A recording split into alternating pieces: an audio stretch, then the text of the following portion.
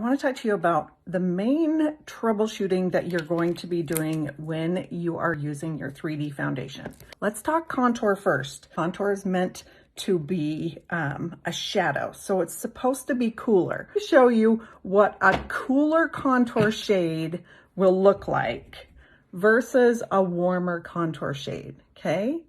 Now, it's like a balancing act. You're trying to balance creating a shadow versus looking really natural. Let's say you've got a cooler contour and you're like, oh, Lori, it just seems like it's probably a little bit too cool, looks a little bit dirty, a little bit muddy.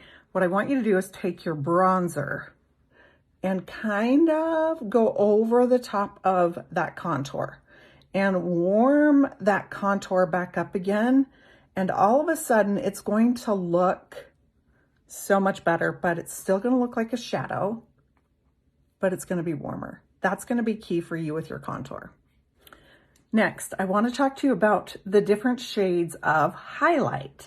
I usually will give you two shades, like a brightening shade and a main shade. I want to show you what would happen if I take a shade that is too light and put it on my face and what it's going to look like. So that if this is happening to you, see how patchy and how it's showing more texture on my nose. And you're like, oh, this makeup just doesn't work for me. It's likely a color issue.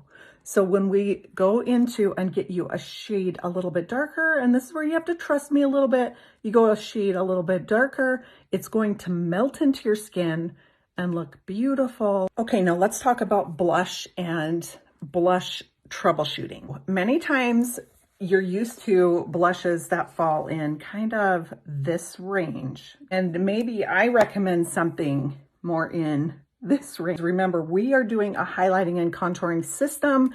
And so with blush, instead of just doing like a nude blush like you're used to, we're actually going to try and liven up the face. A brighter shade and placing it right above the contour, almost into the contour. And see how that all of a sudden now looks a little bit more awake, okay? It looks brighter.